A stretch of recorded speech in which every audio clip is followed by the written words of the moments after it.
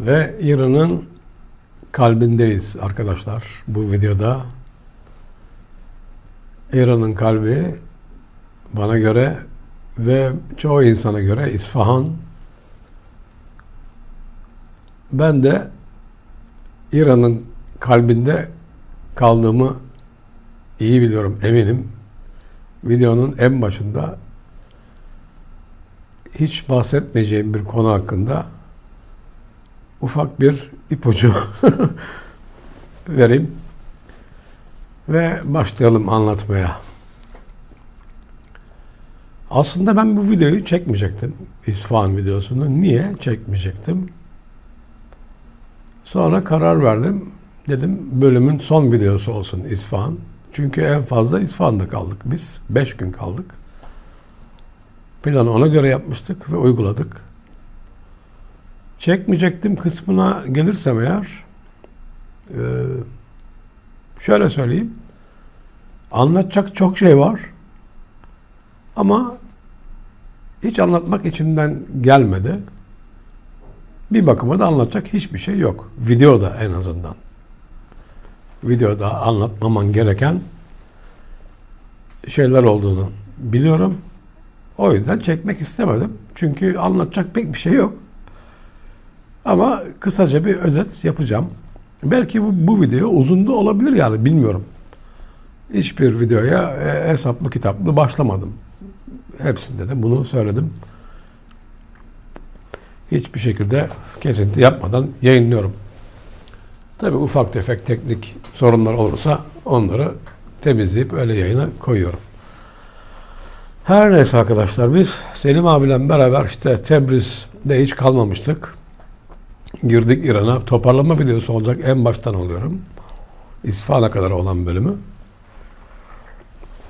Tebriz'de kalmadık. Sağ olsun Muhammed kardeşim, dostum bize gerekli lojistiği ofisinde Tebriz'de verdi. 4-5 saate yakın onun ofisinde kendimize geldik, dinlendik. İlk durağımızdı Tebriz. Gece otobüse bindik, Tahran'a geçtik. Tahran'da Heritage Otel'de konakladık. Oradaki personel harika. Harika çocuklar var. Hepsine tekrar teşekkür ediyorum. Tahran Heritage personeline. Başta CEO'ları, Heritage CEO'su Muhammed'e, oradaki Zehra'ya, Meryem'e, Sedef'e çok teşekkürlerimi ediyorum. Harika ağırladılar. Giderken de dönüşte de biz Tahran'da bir gece aynı hostelde kalmıştık. Kaşan'a geçtik oradan. Kaşan'da Javad ve ailesi, tekrar sevgilerimi yolluyorum Javad ve ailesine. Onların evinde misafir kaldık bir gece ve ertesi gün öğlenliğinde İsfahan için otobüse bindik Selim abiyle. Saat 4 sularında falan İsfahan'a vardık. İsfahan'da da önceden yerimizi ayırtmıştık Heritage Otel'de. İsfahan'da da Heritage Hostel var. Orada kaldık. 5 akşam. İsfahan'a şehre indik. Hemen Snap çağırdık. Hiç zaman kaybetmeden hostelimize doğru yola çıktık. Taksileri anlatmadım ben size arkadaşlar. Taksilerle pazarlık falan yapmıyorsunuz. Snap uygulamasını biliyorsunuz. Snap S-N-A-A-P yazın. Orta Doğu'ya ve İran'a gidecekler. Mutlaka bunu indirsinler. Hem çok ucuz seyahat ederler, hem güvenli. Hiçbir şekilde kazıklanmak yok. Uygulamayı anlatmıyorum. Bilenler biliyor, bilmeyenler de öğrenmesi çok kolay. Google'dan arasınlar. Çağırdık. Snap'e yaklaşık 17 lira falan verdik. Bir 7-8 kilometre gittik. Hostele vardık, işte girişimizi yapacağız. Kızlardan biri, o gün yanılmıyorsam Mahrinoş vardı. Çok seviyorum kendisini. Çok tatlı bir şeker bir kız. Süper İngilizce biliyor hepsi oradakilerin. Mahrinoş bizim kaydımıza. Yanılmıyorsam o vardı. O aldı.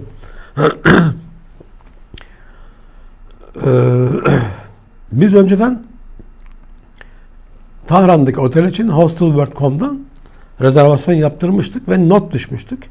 5 akşam da İsfahan'da kalacağız diye bize rezervasyon yapın. Yapmışlar. Parasını da ödemedik. İsfahan'da ödedik biz gidince. Her neyse rezervasyonumuz vardı işte zaten İsfahan'da. Hemen girişimizi yaptık. Dormumuza gittik. Ali vardı orada. Ali. Ali parmak Ali. Ali'ye bu işareti öğrettim. Herkes bilmiyor. Ali'den ikimiz biliyoruz. Bir de Selim abi biliyor onu. Ali de izliyorsa inşallah hatırlar. Ali bize odamızı gösterdi. Dormumuzun olduğu koğuşu gösterdi daha doğrusu. Harika. Tertemiz. Bakımlı. Son derece yani uygun. Harika kalınır. Bu arada biz İsfahan'daki Heritage'i 95 TL karşılığında riyal verdik. 130 riyal falandı. Tam hatırlamıyorum. Emin değilim ama 95 TL'ye kaldık. Bir akşam ve kahvaltı dahil arkadaşlar. Çok hesaplı. Harika, çok ucuz. Banyoları falan müşterek, lavaboları her şey müşterek ama bir tane değil, bir sürü var. Ve o kadar temiz ki yani bazılarınızın evindeki banyoların böyle temiz olması imkan yok. Çünkü her dakika temizleniyor. Görevliler var. Hanım görevliler her dakika temizliyorlar. Tertemiz. Harika. Hiçbir şey yok. Tertemiz. Ve öyle kalabalık falan da değil. Zaten otel yaklaşık hostel tahminim 30 kişi falan oluyor en fazla. Çok kalabalık değil. Ama sayıları yeterli olduğu için şeylerin, lavaboların, duş kabinlerinin veya klozetlerin bir sıra falan olmuyor. Öyle bir şey sakın düşünmeyin. Ayrıca private odalar da var. Orada tek başınıza odada kalabiliyorsunuz veya çiftseniz kalabiliyorsunuz. Kaydımızı yaptık. Eşyalarımızı daha doğrusu yerleştirmeden evvel lobide bıraktık. Sırt çantalarımızı. Abicim bir bahçesi var. Çok güzel. Fotoğraflarla göstereceğim. Masada 4 tane tip oturuyor. Büyük bir masa var. Tip diyorum onlara. Çünkü daha tanımıyorum. Ama içimden bir ses diyor ya. Ya bunlar kesin Türk. Çünkü hareketlerinden belli. Daha seslerini duymuyorum. Bir 25-30 metre var. Anlaşılmıyor sesleri. Neyse yaklaştım falan. Oradan geçeceğim. Odamıza gideceğiz. Bunlar Türkçe konuşuyor. Hemen laf attım. Ulan burada da mı siz varsınız dedim. Hepsi birden bir kahkaha patlattı. O siz de mi Türk? Abi hoş geldin falan filan. Fotoğraflarla görürsünüz. Çok güzel kaynaştık. Tek tek anıyorum Mehmet'i, Murat'ı, Vedat'ı, neydi öbür arkadaşımın adı? Bulmam lazım onu. Monte edeceğim oraya.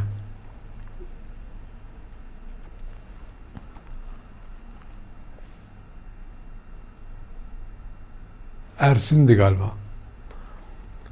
Tek tek hepsini sevgiyle isimlerini bahşedeyim tekrar. Anıyorum. Sevgilerimi yolluyorum. İzliyorlardır mutlaka. Mehmet'i, Murat'ı, Ersin'i ve Vedat'ı kucaklıyorum, öpüyorum. Her şey gönlünüzce olsun. Harika günler geçirdik orada hep beraber. Daha sonradan Kamuran da katıldı bize.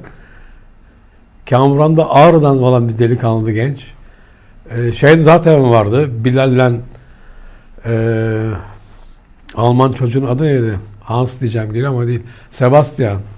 Bilal'le Sebastian da dönem dönem orada olduk beraber. Hep beraber harika akşamlarımız, gündüzlerimiz geçti. Yemeklerde olsun, sohbetlerde olsun. Efendime söyleyeyim, Selim abiyle karar verdik.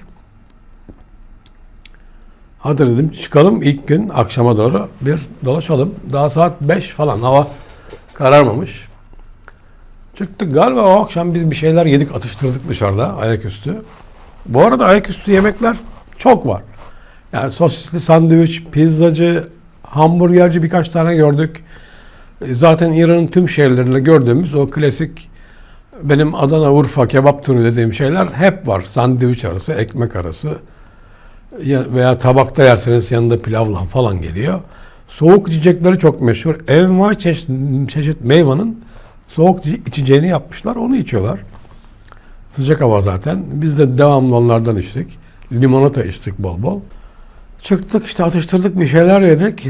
İlk defa Nakşican'a geçeceğiz. Nakşican zaten yani orayı görmek benim için bir ömre bedel. Yani hayallerini kuruyordum demeyeyim de çocukluğumdan beri bilirdim yani Nakşicihan nedir, nerededir, neyin nesidir. Tabii en sonunda olgunluk yaşlarımızda öğrendik ne olduğunu. Dünyanın yarısına açılan kapı demek arkadaşlar Nakşicihan. Hatta zaman zaman İran'a gelmeden evvel oradaki arkadaşlarımı yazıştığım arkadaşlara kızdırırdım. Nakşicihan dünyanın yarısına açılan kapı. Onlara göre dünyanın yarısı. Ama dedim İstanbul'u gördüğünüz zaman dünyanın kendisi olduğunu anlayacaksınız diye kızdırırdım. İddialaşırdık, şakalaşırdık. Nitekim çoğu da kabul etti yani İstanbul'un videolarını izleyince. Her neyse. Nakşicihan'ı gördük, dolaştık. 2 saate falan akşam olmak üzere. İçinde Grand Bazar var. Orada ertesi gün oldu. Tekrar çıktık, dolaştık. Bu sefer akşam serinliğinde falandı. Harika, çok büyük bir yer arkadaşlar. Yani videoda ben bunların hiçbir videosunu çekmedim. Pişman değilim. Sadece gezdim. Çünkü video işinde tamamen kopuyorsunuz her şeyden. Odaklanıyorsunuz. Tadını alamıyorsunuz. Ve bu yüzden inşallah Allah izin verirse en kısa zamanda Ekim sonunda veya Kasım ortasında sadece İsfahan ve Şiraz'a gitmeyi planlıyorum. O zaman video çekeceğim. Ve bazı yerlerine gideceğim. Onların çalışmasını şimdiden yavaş yavaş yapmaya başladım. Halıcı bir arkadaşla tanıştık. Ben onun halıcı olduğunu biliyordum. Daha evvelden sevgili Burak var, YouTuber, İran'a. O da gitti birkaç defa. Onun videolarını öğrenmiştim. O adamı buldum. Türk. Farzah olması lazım. Adı aklımda kalan o. Fotoğraflarını görürsünüz. Hemen karşıda da Türk kendisi. Türk kökenli. Güzel Türkçe konuşuyor. Siyasetten, ilimden, bilimden, sevgiden, İran'dan, Türkiye'den bayağı sohbet ettik. 1 saat falan oturduk dükkanda. Ağırladı. Güzel çaylarını ikram ettiler.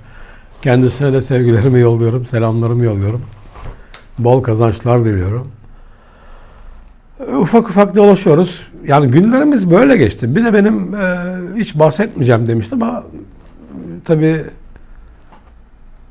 söylemem şöyle, şu bakımdan gerekiyor. Ne yaptın İsfahan'da 5 gün? Yakın bir arkadaşım vardı. 2 tane sebebi vardı. Bir kendim için gittim. Merak ediyordum. Gerçekten merak ediyordum. İkincisi de onun içindi. Kendisi içindi. O yüzden gittim. 2,5 gün ondan zaman geçirdik. O kısımlarını anlatmama gerek yok. Yani İsfahan'da o kadar güzel yerler var ki arkadaşlar. İran'ın en temiz şehirlerinden, en güzel mimarilerin olduğu şehirlerin bence ilki veya ikincisidir. Çoğu yerinde gezemedik. Yani hep bir telaşı, hep bir koşturmaca, anlattığım, söylediğim özel sebepten dolayı da çıkıp gezmedim. Selim abi de çıkmadı. Yani bir sürü yer var. Algapı Sarayı. Algapı Sarayı Nakşihan'ın içindeki saray. O çatıdaki, üstteki, yüksek olan yerdeki, ama bizim gitmeye niyetlendiğimiz gün yanılmıyorsam tadilat vardı. Kapalıydı. Birkaç saatinde kapatmışlardı. Bize denk geldi. Giremedik. Bir daha da gitmedik. Algapı Sarayı vardı. Yani önemli, gitmemiz gereken. Kahajo Köprüsü'nü gezdik, dolaştık. Orada fotoğraflar çektik. Siyasapol Köprüsü var. O da çok çok güzel. Oraya dolaştık. Su akmıyordu. Suyu zaman zaman kesiyorlarmış, zaman zaman veriyorlarmış, ama ben anlamadım hiçbir şey. Tam da soramadım, araştırmadım da. O gürül gürül akan su niye yoktu? Bazen geliyor dediler. Öyle anlamadım. Yani çorak bir arazi olmuş. Kurumuş orası. Ki hiç nem de yok. Yani uzun zamandır kuru. Onların da ifadesi zaman zaman veriyorlar suyu demeleriydi. Bilmiyorum. Modern bir şehir. Çok temiz bir şehir. İnsanlar gerçekten cana yakın. Yani sizi bırakmıyorlar. Hele Türkseniz ayrı bir ilgi gösteriyor gibi hissettiriyorlar. Ben de çoğu zaman o duygulara sahip oldum. Otel personeli çok çok iyiydi. Onların hepsinin arkadaş olduk. Sohbetler ettik, konuştuk, şakalaştık, fotoğraf çektik.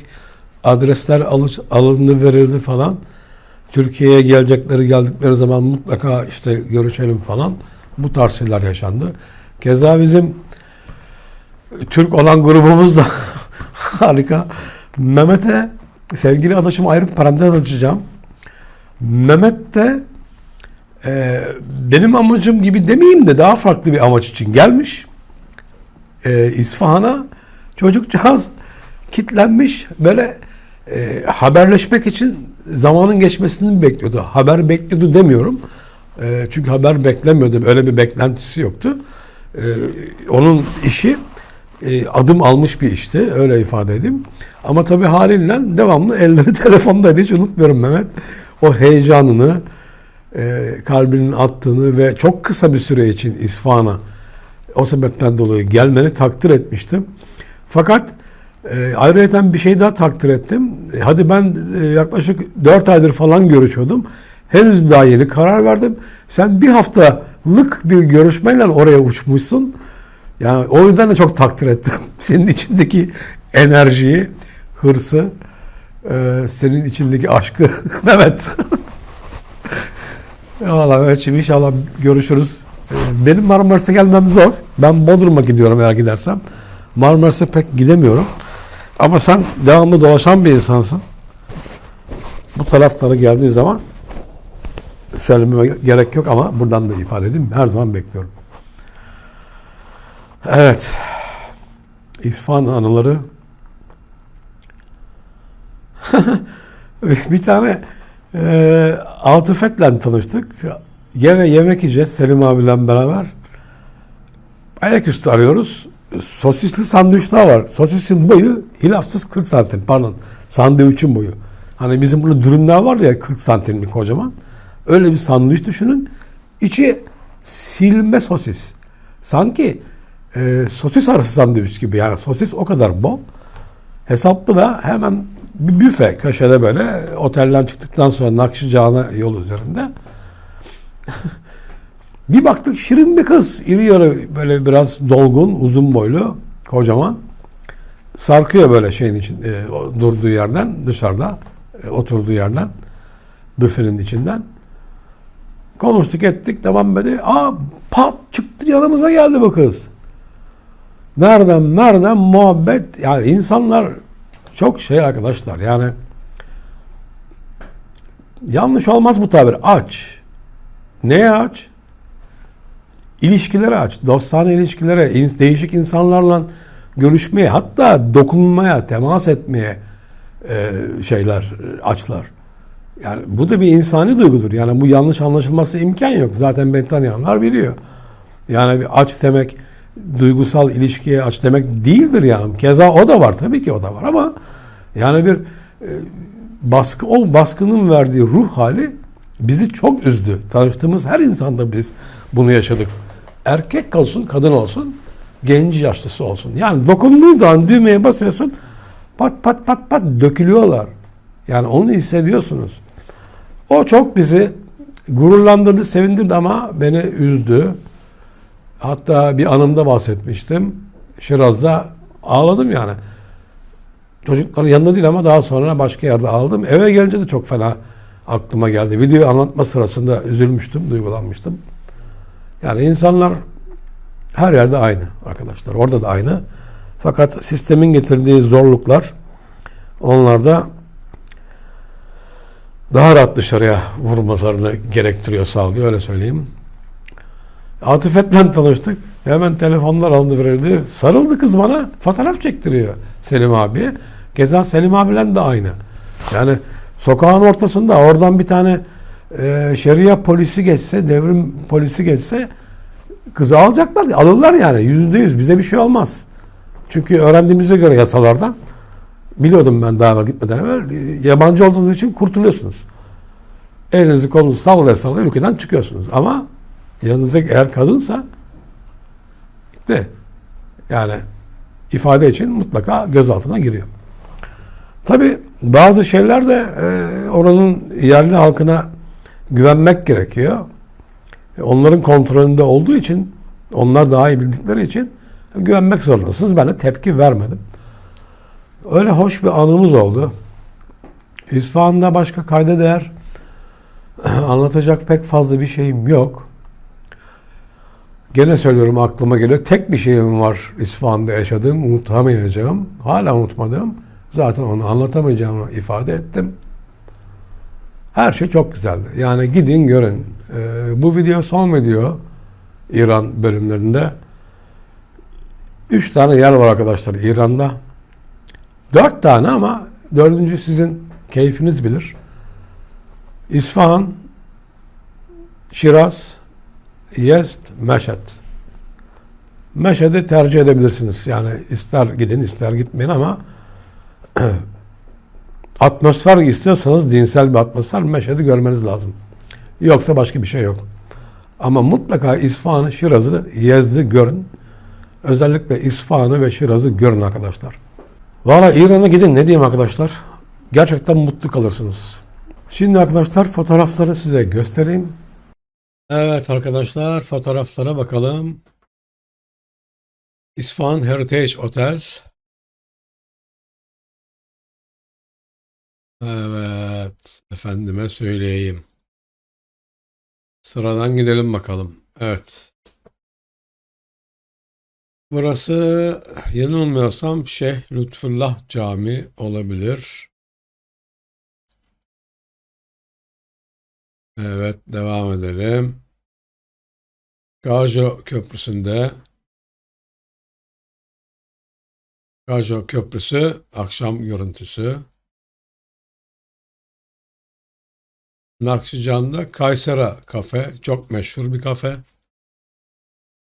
Burada bizi arkadaşım ağırladı. Tekrar kendisine teşekkür ediyorum.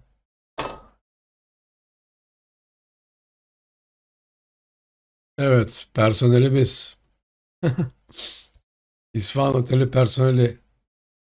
En baştaki Ağrılı Kamuran, sevgilerimi yolluyorum. Benim yanımdaki de otelin müdüresi Mahsa kendisi. Ona da sevgilerimi yolluyorum. Bu arada İran'da geçen çarşamba öldürülen kız da adı Mahsa'ydı. Bütün İranlılara tekrar başsağlığı diliyorum. Acılarını yürekten paylaşıyorum. Evet, aynı personel. Nakşicihan. Burası harika bir yer arkadaşlar. Videoda bahsetmeyi unuttum. Burası Ermeni Mahallesi, Jalpa diye geçiyor. Bizi gene arkadaşım burada çok güzel bir yerde Simon diye bir şey diyeyim, nasıl diyeyim, işletme var. Kafe gibi bir yer. Çok çok lüks bir yer. Orada ağırladı. Tekrar teşekkür ederim kendisine. Arka planda gördüğünüz de Ermeni Kilisesi arkadaşlar. Jalpa gündüzleri geziliyor. Akşam biz gittik buraya. Kapalıydı. O yüzden giremedik. İran'ın en lüks İsfahan'ın en lüks semti olduğunu ifade ettiler arkadaşlar. Burası. İran'ın en lüks semti. Arkadaki görünen de kilise. Devam edelim. Evet, gene İsfahan Otel personeli. Şurada sarışın bir genç kız oturuyor Selim abinin yanında. Bu kız 22 yaşında, Hollandalı ve tek başına İran turuna çıkmış. Bütün İran'ı bizim gibi o da gezmek için yola çıkmış biri. Diğer çocuklarla tanışamadım. Onlar yabancıydı. Şu arkada Selim abinin arkasındaki de bizim meşhur Parmak Ali. Parmak Ali. En baştaki kız Mahrinoş. O çok şeker bir kızdı.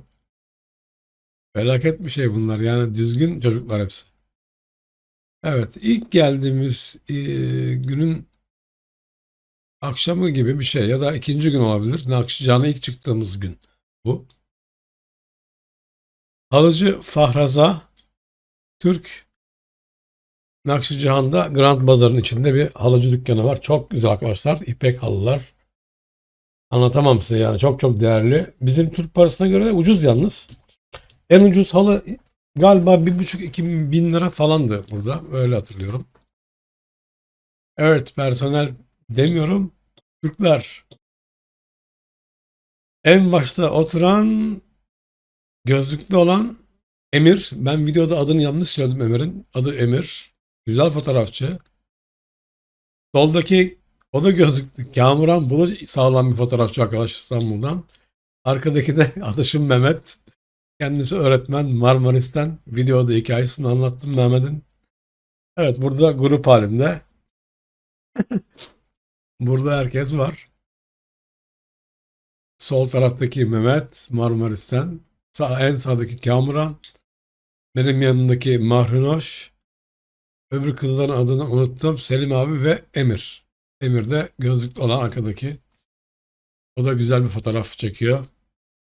Sevgilerimi yolluyorum hepsini tekrardan. Gene aynı kareler sayılır.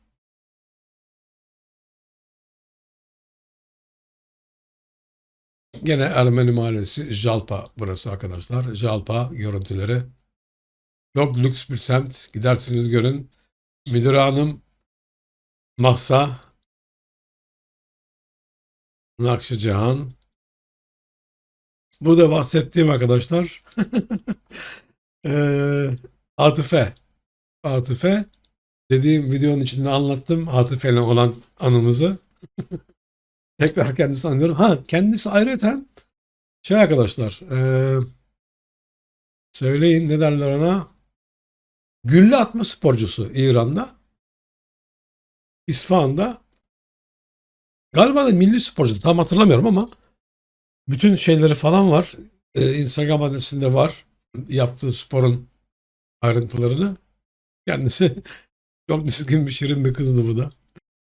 Evet, Nakşican'da. Burada Selim abi uyuyordu. Ben de gittim biraz telefonla meşgul oldum. Burayı anlatmayı unuttum. Burası çok eski bir çay ocağı. 100 küsur yıllıkmış. Unuttum ne kadar küsuratı. Tarihi bir çay evi. Nakşican'ın içinde Azerdegan. Azerdegan çay evi. Şimdi yemek falan da veriyorlar. Yemek de var. Ama çok çok dolu bir dükkan yani. Tarihi olduğu zaten içine girdiğiniz zaman belli. Heritage'in sağlam çocuklarından çok iyi İngilizce biliyor. Mahrinoş, selam sevgilerimi yolluyorum. Otelin görüntüsü. Daha doğrusu hostelin. Grand Bazar'da Nakşican'da gezerken esnaf. Selim Baba. Esnaf görüntüleri. Esnaf. Bu fotoğrafı beğeniyorum. En beğendiğim fotoğraf bu çıktı İsfahan'da. Evet. Ben orada telefonla oynarken bankta Nakşican'ın içinde bir park burası da. Selim abi de burada uyuyor. Kestiriyor. Nakşican. Bir de bu olay var arkadaşlar. Saç. Burada kavga oldu. Bir baktık geziyoruz. Anormal sesler, kadın çığlıkları falan çıkıyor böyle. Birbirini yiyor millet. Kalabalık, malabalık Nakşican'ın içinde. Ya dedik ne oluyoruz ya? Ne oluyor? Ya bir baktık işte bir kadınla bir adam kadını zapt etmeye çalışıyor ama zapt edemiyor. Kadın yırtınıyor, yerlerde yatıyor. Başka bir kadından galiba kavga ediyorlardı. Çığlık çığlığa. Sonra yerde bir tutam saç gördüm ben. Herhalde onlardan birinin saçıydı. Kadınlardan birinin saçıydı. Grand Bazar'ın içinden görüntüler. Kaojo Köprüsü. Evet, Kaojo Köprüsü'nde arkadaşımla buluşmaya gittik buraya. Onu beklerken burada ilahi okuyorlardı yüksek sesli. Evet, Kaojo akşam görüntüsü. Ermeni Mahallesi Jalpa'daki kilisenin çanının olduğu bölüm, kule. Çok teşekkür ediyorum arkadaşlar izlediğiniz için. İran albümünün son videosuydu. Hepiniz mutlu ve esen kalın, hoşça kalın arkadaşlar.